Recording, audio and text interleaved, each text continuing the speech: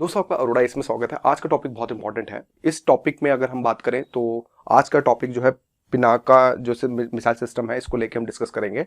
इसको different perspective के हिसाब से भी समझने की कोशिश करेंगे कि ठीक है, फ्रांस चाह रहा है, इंडिया के लिए बहुत अच्छी बात है, मेक इन इंडिया प्रोसेस है, ब्ला ब्ला ब्ला ब्ला, लेकिन थोड़ा सा ये भी सोचने की जरूरत है कि अभी तक हम सिर्फ कुछ ही देशों के अगर बात करें तो हम अपनी डिफेंस अगर बात करें एक्सपोर्ट कर पा रहे हैं।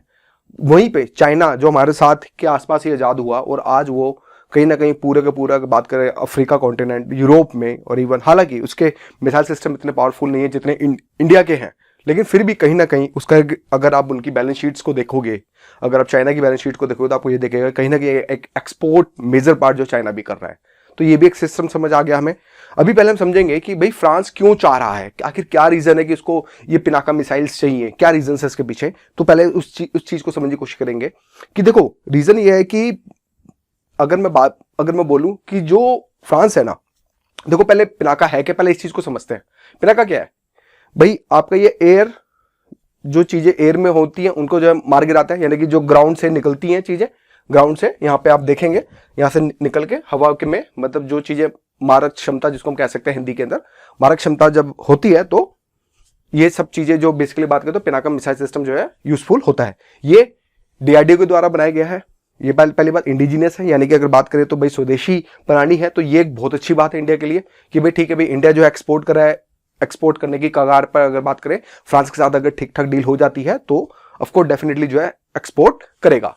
और एक चीज ये है कि इसकी लागत भी बहुत ज्यादा कम है। अगर हम बात करें, अगर 2023 के आंकड़े अगर मैं उठाऊं, 2023 के अगर मैं आंकड़े उठाऊं तो ये कुछ 430 करोड़ के आसपास का एक मिसाइल सिस्टम पूरा जो है डेवलप, जिसके अंदर बात करें अगर आप इसको देखें, पोर्ट को देखें तो इसमें 2 पोर्ट्स हैं, ठीक है, जिसके अंदर कुल मिला के जो है 12 मिसाइल्स जो है हमारे अंदर, मतलब कि हम विद इन लाइक 1 मिनट के अंदर फायर कर सकते हैं। और इनकी जो रेंज होती है करीब अप्रोक्सीमेटली 75 किलोमीटर के आसपास। कुछ आर्टिकल्स क्या नाम है इसको 65 भी कह रहे हैं, कुछ आर्टिकल्स 75 भी कह रहे हैं। तो हम मैक्सिमम जो है 75 की ही रेंज जो है लेके चलेंगे।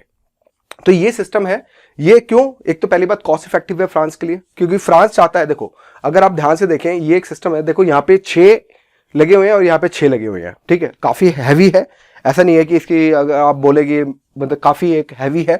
तो इसमें अगर हम देखें तो इसमें कहीं ना कहीं 12 सिस्टम्स होते हैं, ठीक है। दो ट्यूब पोर्ट के अंदर 6 मिसाइल जो होती है इसके अंदर होती है। फिर इसमें देखें कि भाई पिनाका के की फीचर्स क्या है। भाई इंडिजिनियस डेवलपमेंट है डीआरडीओ के द्वारा, क्योंकि भाई देखो डीआरडीओ के द्वारा ही जो है इसको कुल मिलाकर डेवलप किया गया है। और वर्सेटाइल वेपन सिस्टम्स है, यानी कि भाई ऑल वेदर्स के लिए फिट है।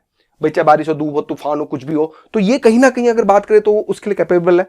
तीसरा लॉन्ग रेंज है, can hit up to 75 kilometre. साथ में भी ये बताते हैं कि हाई फायर रेट है इसका, मतलब अगर बात करें तो भाई विद इन 44 सेकंड्स के अंदर, सिर्फ 44 सेकंड के अंदर 12 रॉकेट्स दागे जा सकते हैं। तो ये सच में एक अगर हम बात करें तो काफी एक अच्छा सिस्टम हमें जो है देखने को मिल रहा है। फिर इसी के जैसे पेलोड में देखें तो भाई 214 mm की अगर बात करें तो रॉकेट है, जिसका पेलोड कैपेसिटी अगर बात करें तो 100 kg अगर हम बात करें तो पेलोड के हिसाब से हमें देखने को मिलता है। और साथ में इसके साथ साथ एंटी टैंक्स के लिए यूज किया जा सकता है। और साथ में कहीं ना कहीं काफी ज्यादा वॉरहेड्स को भी इसको साथ में लेके लेके जाया जा सकता है। तो ये सब इस कारण के पीछे जो है फ्रांस जो चाह रहा है, फ्रांस ने अपने अगर बात करें तो अपने उसमें टेरिटरी में इसको टेस्ट करने की भी कोशिश करी है। और कहीं ना कहीं ये कॉस्ट इफेक्टिव है। एक मेन रीजन, अब जो देखो फ्रांस क्या है, फ्रांस भी चाह रहा है कि कहीं ना कहीं उसकी जो है चीजें कॉस्ट इफेक्टिव हो तो ज्यादा बेस्ट है। कॉस्ट इफेक्टिव होगी तो डेफिनेटली वो और ज्यादा वेपन्स को मतलब कि इंडिया से जो है अगर बात करें तो इंपोर्ट कर पाएंगे। एक तो ये बात हो गई। फिर इसके बाद अगर हम देखें फ्रांस के लिए, इसके लिए देखो फायदे क्या क्या है।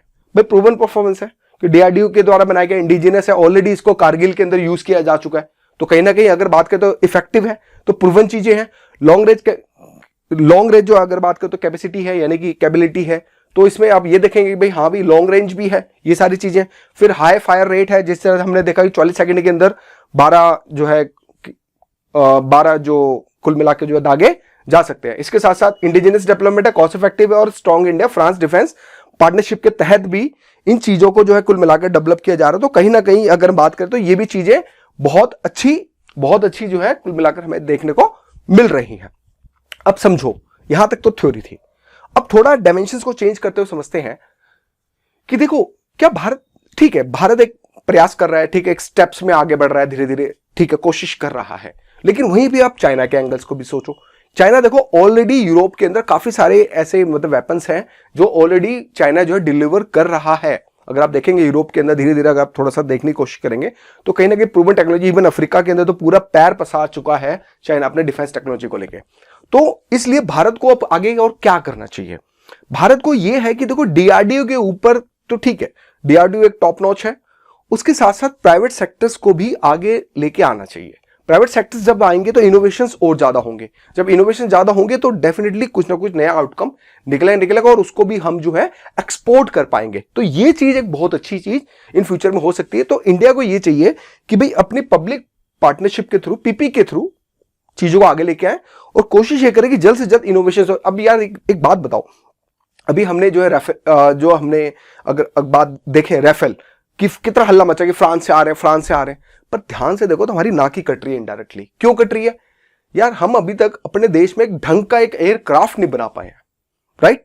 हालांकि एक बना हुआ है लेकिन अभी वो 4.5 जनरेशन का है, नॉट 5th जनरेशन का है, ये आपको भी पता है। तो इस चीज को भी समझना पड़ेगा, हमारे पास टेक्नोलॉजी की कमी नहीं है।